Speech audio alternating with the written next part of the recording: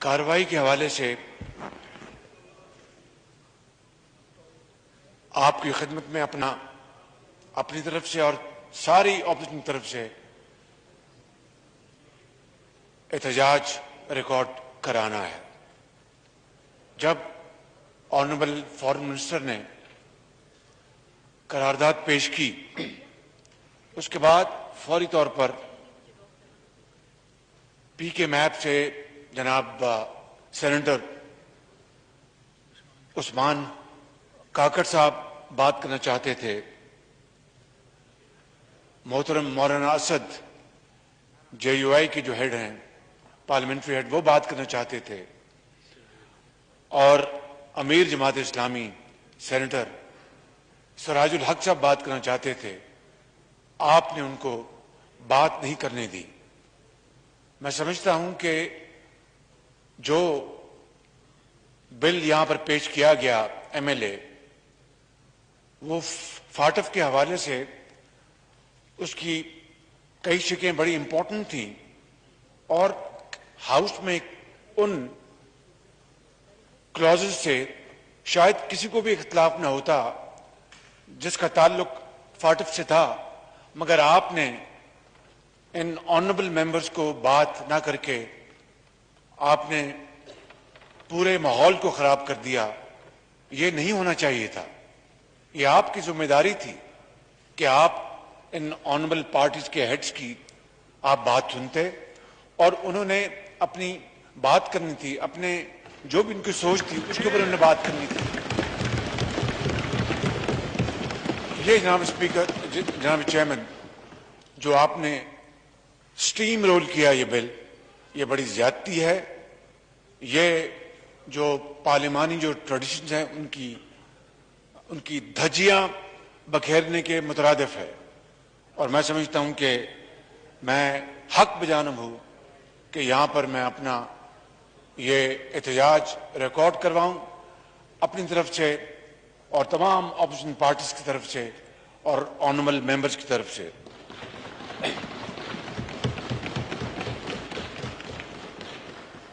اس کے علاوہ جناب اسپیکر،